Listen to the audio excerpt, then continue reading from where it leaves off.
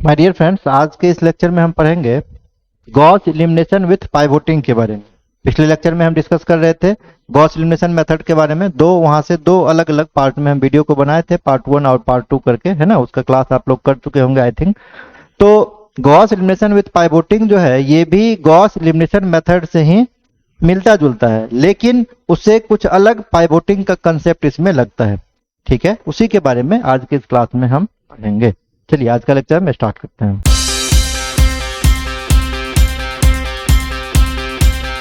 और देखिए बच्चों, पाइवोटिंग जो होता है, पाइवोटिंग का मतलब क्या है? पाइवोटिंग का मतलब है फिक्स करना। पाइवोटिंग का मतलब है टू फिक्स करना। पाइवोटिंग के अंदर में भी दो रूल है। पहला रूल है पार्शियल पाइवोटिंग, दूसरा है आपका कंप्लीट पाइवोटिंग। तो आज के इस क्लास में हम सिर्फ पार्शियल पाइवोटिंग के बारे में ही बात करेंगे और पार्शियल पाइवोटिंग में ही आपको बता देंगे कंप्लीट पाइवोटिंग होता क्या है। हालांकि इसका क्वेश्चन से अगर आप सॉल्यूशन कहेंगे तो अगले लेक्चर में हम इसको पढ़ेंगे। आज के सिर्फ लेक्चर में हम पढ़ने वाले हैं Gauss elimination method with partial pivoting के बारे में। अब बात आता है कि सर पार्शियल पाइवोटिंग होगा क्या? तो पाइवोट का मतलब हम आपको स्टार्टिंग में ही बताए। पाइवोट का मतलब क्या है? टू फिक्स करना, है ना। किसी एलिमेंट को फिक्स कर देना एक पर्टिकुलर पोजीशन पर, वो पाइवोट कहलाता है। अब अगर आपसे कहेगा पार्शियल पाइवोटिंग करने के लिए, तो पार्शियल पाइवोटिंग में क्या करते हैं? सिर्फ रो का ट्रांसफॉर्मेशन करते हैं, कॉलम का नहीं करेंगे। सिर्फ रो का ट्रांसफॉर्मेशन करके एलिमेंट को एक पर्टिकुलर पोजीशन पे हम फिक्स करने की कोशिश करते हैं। यह है आपका पार्शियल पाइवोटिंग। और जब यही कंप्लीट पाइवोटिंग बोलेगा तो रो और कॉलम दोनों ट्रांसफॉर्मेशन का यूज करके उस पर्टिकुलर एलिमेंट को हम एक सर्टेन पोजीशन पर फिक्स करते हैं। ये कंप्लीट पाइवोटिंग है। तो पार्शियल पाइवोटिंग जब भी आता है उसमें सिर्फ रो का ट्रांसफॉर्मेशन ही आपको परफॉर्म करना है, इस बात का ध्यान देंगे। और जब कंप्लीट आएगा तो रो और कॉलम दोनों ही आप कर सकते हैं। चलिए पहले हम इसका जनरलाइजेशन आप लोग को बता देते हैं कैसे करते हैं, फिर एक एग्जांपल के थ्रू बताएंगे तो 100% ही आप लोग को सारा कुछ समझ में आ जाएगा। सबसे पहले स्टार्ट करते हैं। गॉस एलिमिनेशन में हम आपको बताए हुए थे, टॉपिक है आपका Gauss elimination with partial pivoting. Topic है आपका गॉस एलिमिनेशन विथ पाइवोटिंग। ठीक है, इसमें दो केसेस है, अभी हम आपसे डिस्कस किए। तो पहला हम बता रहे हैं partial पाइवोटिंग।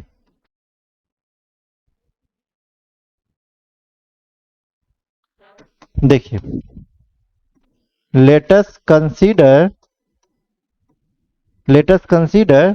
a11x1 plus a12x2 plus a13x3 is equals to b1, a21x1 plus a22x2 plus a23x3 is equals to b2, a31x1 plus a32x2 plus a33x3 is equals to b3। पिछले लेक्चर में भी पढ़ चुके थे। अब यहां से क्या करेंगे? हम कोफिशिएंट मैट्रिक्स को एज्यूम करेंगे। कोफिशिएंट मैट्रिक्स मतलब x का, y का और z का कोफिशिएंट हम मान लेंगे। ठीक है, a22, a32, a13, a23, a33 ये मान लिए, और b एक कांस्टेंट मैट्रिक्स मान लेंगे जो कि आपका है b1, b2, b3। इसके बाद लिखेंगे augmented matrix of A and B। तो augmented matrix A and B का क्या होगा? जब दो अलग अलग मैट्रिक्स को एक ही मैट्रिक्स के अंदर में एक लाइन के थ्रू सेपरेट करके लिखते हैं तो इसको हम लोग क्या कहते हैं? अगमेंटेड मैट्रिक्स कहते हैं। 2 3 3 3 यहाँ क्या हो जाएगा? B1, B2, B3 हो जाएगा। अब ध्यान दीजिए बच्चों, इसमें करना क्या है? इतना अगमेंटेड मैट्रिक्स लिखने के बाद यहां तक तो आप कहेंगे सर ये तो गॉस एलिमिनेशन मेथड में भी होता था, यहां तक तो हम करते ही करते थे। दोनों में बेसिक डिफरेंस ये है कि यहां तक लिखने के बाद अब ए के पोर्शन को आप देखिए। ये जो ए का पोर्शन है, ए में टोटल कितना एलिमेंट है? 9 एलिमेंट है। इस 9 एलिमेंट पे आपको ध्यान देना है। अब 9 एलिमेंट में मैग्नीट्यूड वाइज सिंबल आपको नहीं देखना है, पॉजिटिव या नेगेटिव, आपको देखना है मैग्नीट्यूड वाइज सबसे बड़ा नंबर कौन सा है इस पूरे में, इस 9 एलिमेंट में सबसे बड़ा नंबर कौन सा है, इसको सबसे पहले फाइंड आउट कीजिए। जब फाइंड आउट हो जाए तो उसको A11 पोजीशन पर लाने की कोशिश करना है, या तो आप कह लें कि फर्स्ट रो में उसको लाना है सबसे बड़े एलिमेंट को। जैसे मान लीजिए सबसे बड़ा एलिमेंट अगर A33 पोजीशन पर है तो उसको आपको पहले रो में ले जाना है, कोशिश करना है A11 पोजीशन पर वो फिक्स हो जाए। क्लियर? ये पहला स्टेप है। उसको फिक्स करने के बाद आप एज यूजुअल जैसे आप A21 को और A31 को 0 बनाते हैं वैसे आप 0 बनाएंगे। क्लियर? तो यहां पे क्या करना है, now find greatest element, now find greatest element in A and fix it to A11, पूरा लिख देते A11 और फर्स्ट रो पोजीशन। ठीक है? After that make A21 and A31 to 0। जैसे हम लोग 0 बनाते हैं किसके यूज करके, 0 यूजिंग, किसका यूज करते हैं, elementary row operations, using elementary row operations. तो R2 में और R3 में ऑपरेशंस करके आप क्या कीजिए, 0 बनाइए। तो कितना हो जाएगा आपका ऑगमेंटेड मैट्रिक्स, A11 मान लीजिए चेंज होके आ गया है, यहाँ B1, ये दोनों 0 हो जाएगा, यहाँ हो जाएगा A-22, A-23, B2 dash, A-32, A-33, B3 dash. अब इतना करने के बाद, 0 बनाने के बाद सेकंड जो रो है ये इसमें सेकंड रो में सबसे जो ग्रेटेस्ट एलिमेंट है उसको A22 पोजीशन पर आपको फिक्स करना है। पहले क्या कर रहे थे, पहले 9 एलिमेंट में से जो सबसे बड़ा एलिमेंट था A11 पोजीशन पर फिक्स कर रहे थे। अब क्या कह रहे हैं, 0 बनाने के बाद सेकंड और थर्ड रो में जो सबसे बड़ा एलिमेंट है उसको आप A22 पोजीशन पर फिक्स कीजिए। कैसे फिक्स करेंगे, तो यूजिंग एलिमेंट्री रो ऑपरेशन, रो का आप इंटरचेंज करके वहां फिक्स करना है।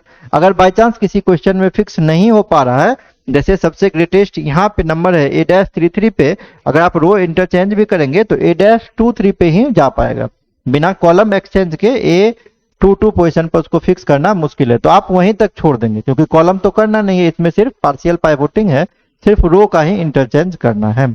जब एक बार आपका number greatest number A22 position पर फिक्स हो गया, उसके बाद फिर क्या कीजिए, A-32 को आप 0 बनाइए। क्लियर? A-32 को आप 0 बनाइए। इसके बाद नाउ लिख देते हैं search greatest element, now search greatest element in second and third row and fix it to A22 position, या सेकंड रो भी कह सकते हैं। फिक्स कर दिए।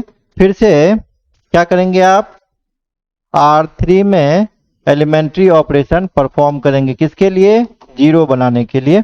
ठीक है ना? सेकंड A22 पोजीशन पर ग्रेटेस्ट एलिमेंट आ गया, फिर से आपको क्या करना है, वहां पे 0 बनाना है। तो ये A11, 12, 13, ये B1, ये 0, 0, A-22, A-23, B2 डैश, यहाँ 0 आ गया। इसमें डबल चेंजिंग होगा क्योंकि यहाँ से फिर से ऑपरेशन कर रहे हैं, A33, B3 डबल डैश। अब इसके बाद solve it as Gauss elimination method. इसके बाद जैसे गॉस एलिमिनेशन मेथड में सॉल्व करते थे वैसे सॉल्व कर देंगे। ए का रैंक चेक करेंगे, ए बी का नंबर ऑफ वेरिएबल, जो 3 कंडीशन बताए थे उसके अकॉर्डिंग आप चेक कीजिए कौन सा कंडीशन होल्ड कर रहा है ना, उसके हिसाब से आप सॉल्यूशन को निकाल देंगे। तो ये इसका जनरलाइजेशन है, हो सकता है इसमें कम समझ में आया होगा, जब एग्जाम्पल के थ्रू इसको हम बताएंगे तो 100% चीजें आपको क्लियर हो जाएगी। सबसे पहले आप जनरलाइजेशन को नोट कर लीजिए, फिर हम क्वेश्चन की तरफ चलते हैं। देखिए यहाँ पे एक क्वेश्चन दिया हुआ, कह रहा है उसको पार्शियल पाइवोटिंग के थ्रू सॉल्व करने के लिए। हम एक ही क्वेश्चन बता रहे हैं क्योंकि वीडियो लंबा हो जाएगा, आप ध्यान से इसको समझिए। अगर नहीं समझ में आएगा तो फिर कंप्लीट करेंगे ही, वहां पे पार्शियल का भी हम इंट्रोडक्शन दे देंगे आपको। अगर ध्यान देंगे तो आपको इसी क्वेश्चन में समझ में आ जाएगा। ठीक है, सबसे पहला चीज आप यहाँ से ए मान लीजिए। ठीक है, ए मान लीजिए। ए को क्या कहते हैं? Coefficient matrix. एक्स में देखिए किससे यहाँ मल्टीप्लाई हो रहा है? 2 से। इसमें एक्स में 4 से, इसमें एक्स में -2 से। कोफिशिएंट लिख लीजिए, यहाँ +2 होगा। 2 4 -2। वाई का देखिए पहले में 1 है, दूसरे में -6 है, तीसरे में 7 है। जेड का देखिए 1, दूसरे में 0 है और तीसरे में 2 है। ये ए हो गया। बी कांस्टेंट देखिए कितना है? 5 है, -2 है और 9 है। अब यहां से लिखेंगे augmented matrix of A and B. A B का अगमेंटेड मैट्रिक्स आप लिखेंगे, कितना हो जाएगा ये? 2 4 -2 1 -6 7 1 0 2 5 -2 9। अब इसमें सर्च करेंगे ए के अंदर में जो कोफिशिएंट मैट्रिक्स है, जो 9 एलिमेंट बच्चों यहाँ पे है, इसमें सबसे ग्रेटेस्ट नंबर को आप सर्च कीजिए। आप देख पा रहे हैं सबसे ग्रेटेस्ट नंबर कितना है? 7 है। तो 7 को आपको किस पोजीशन पर फिक्स करना है? A11 पोजीशन पर। किसका यूज करके? चूंकि पार्शियल पाइवोटिंग है तो आप लोग सिर्फ इंटरचेंज कर सकते हैं रो का। किस रो में है? तीसरे रो में। किस रो में ले जाना है? पहले रो में। तो क्या लिखेंगे? यहां से लिखेंगे रो 3 को इंटरचेंज कर देंगे किससे? रो 1 से। तो अब आपका ऑगमेंटेड मैट्रिक्स कैसा हो जाएगा? अब आपका ऑगमेंटेड मैट्रिक्स हो जाएगा रो 3 रो 1 से इंटरचेंज हो रहा है तो -2 7 2, यहाँ पे वैल्यू 9 आ जाएगा। सेकेंड तो कांस्टेंट रहेगा 4 6 -6 है, 0 -2 और तीसरे में पहला रो आ जाएगा 2 1 1 5। देखिए फिक्स हुआ क्या? सबसे बड़ा एलिमेंट A11 पोजीशन पर आया? नहीं आया। ठीक है ना, नहीं आया। ये क्यों नहीं आया? क्योंकि सिर्फ रो को इंटरचेंज की है, बिना यहाँ कॉलम इंटरचेंज किए हुए 7 नहीं आएगा। लेकिन पार्शियल पाइवोटिंग है, कॉलम इंटरचेंज नहीं करना है आपको। तो वैसे केस में जब नहीं हो पाएगा तो छोड़ देंगे। इसके बाद using elementary operation, using elementary operation 0 बनाएंगे। तो R2 में इस पोजीशन पर 0 बनाना है और इस पोजीशन पे R3 में 0 बनाना है। यहाँ 4 है और किसका यूज करना है? तो R1 का यूज करना है। क्या लिखेंगे? R2 + 2R1 और यहाँ क्या लिखेंगे? R3 + R2। अब ऑगमेंटेड मैट्रिक्स आपका कैसा हो जाएगा? ऑगमेंटेड मैट्रिक्स हो जाएगा -2 7 2 9 4 -4 0। यहाँ पे कितना हो जाएगा? -6 + 14 14 - 6 8। यहाँ पे कितना हो जाएगा? 0 + 4 तो 4। यहाँ पे -2 + 18 18 - 2 16। R3 में क्या हो जाएगा? R3 + R2 है तो 2 - 2 0। यहाँ पे 1 + 7 ये 8 हो जाएगा और फिर से कितना हो जाएगा? यहाँ 1 + 2 3 5। R2 + R1 नहीं, R2 + R1 है, 2 नहीं। 5 + 9 14 हो जाएगा। अब आपको इसमें देखना है सेकंड वाले रो में, थर्ड वाले रो में सबसे बड़ा एलिमेंट कितना है? सबसे बड़ा एलिमेंट कितना है? 8। और 8 ऑलरेडी आपका फिक्स है इस पोजीशन पर, A22 पोजीशन पर। अगर मान लीजिए सबसे बड़ा एलिमेंट A22 पर फिक्स नहीं रहता तो फिर से आपको रो को इंटरचेंज करके उस पोजीशन पे आपको फिक्स करना पड़ता। लेकिन हम क्या देख रहे हैं यहाँ पे? 8 तो ऑलरेडी फिक्स है यहाँ पे A22 पोजीशन पे, तो आपको इंटरचेंज करने की जरूरत नहीं है, सिर्फ यहाँ 0 बनाना है। तो अगेन हम लोग बच्चों क्या करेंगे? अगेन रो 3 में से रो 2 को सब्ट्रैक्ट कर देंगे। तो augmented matrix of A B कितना हो जाएगा?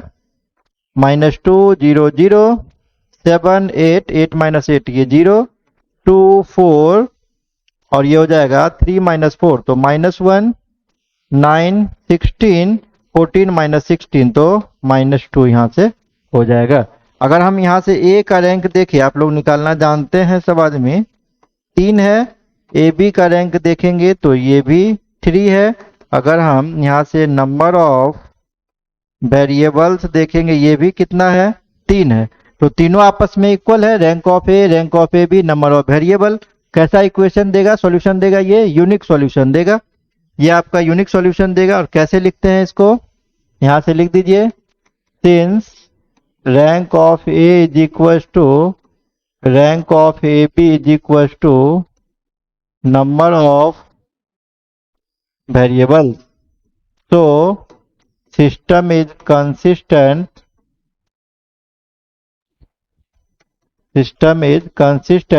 and it has unique solution,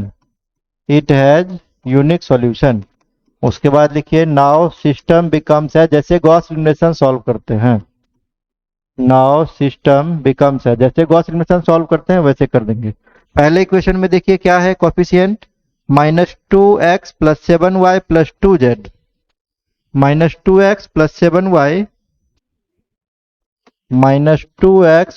7y + 2z = 9, ये पहला इक्वेशन है।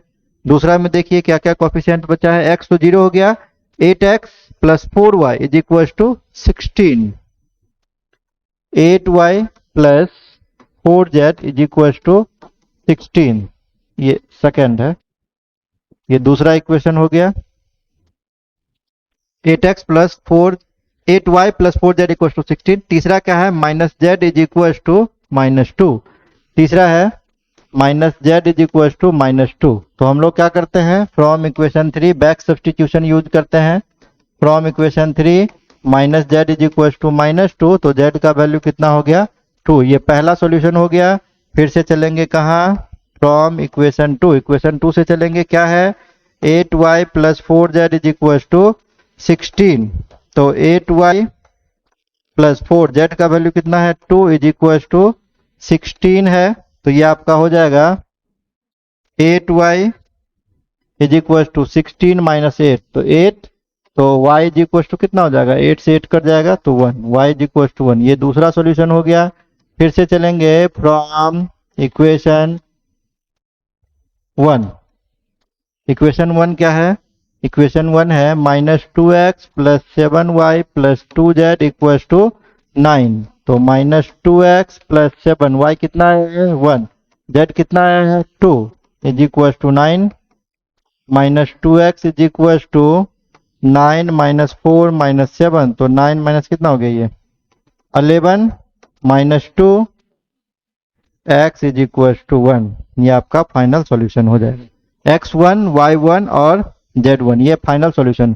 तो पार्शियल पाइवोटिंग में आपको याद क्या करना है, पार्शियल पाइवोटिंग में आपको ध्यान ये रखना है, वो same to same Gauss elimination के जैसा ही बनता है क्वेश्चन, बस आपको ध्यान ये रखना है, पाइवोटिंग का ध्यान रखना है। सबसे पहले कोफिशिएंट मैट्रिक्स में सबसे ग्रेटेस्ट एलिमेंट को लीजिए, उसको A11 पोजीशन पर फिक्स करने की कोशिश कीजिए, फिक्स हो जाए सिर्फ रो को इंटरचेंज करके, और एक बार जब फिक्स हो जाएगा तो फिर हम 0 बनाएंगे A21 पोजीशन को, A31 पोजीशन को, फिर second row, second column, second row और थर्ड रो में सबसे ग्रेटेस्ट एलिमेंट को पिक करके उसको फिक्स करेंगे A22 पोजीशन पर।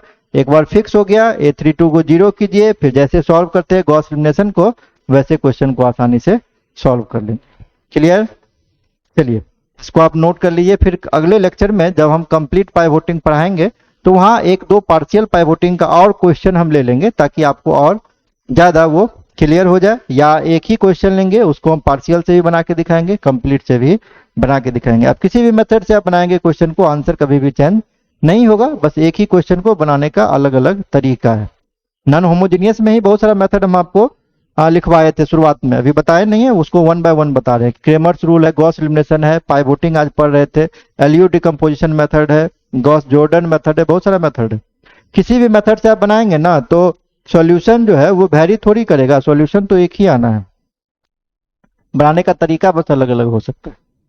ठीक है, तो आज की क्लास के लिए यहीं तक रखते हैं हम। आई थिंक आपको सारा कुछ क्लियर हो रहा होगा। नेक्स्ट लेक्चर में फिर से हम इसके सेकेंड पार्ट जो है कंप्लीट पाइवोटिंग, उसके हम चर्चा अगली क्लास में करेंगे। Thank you.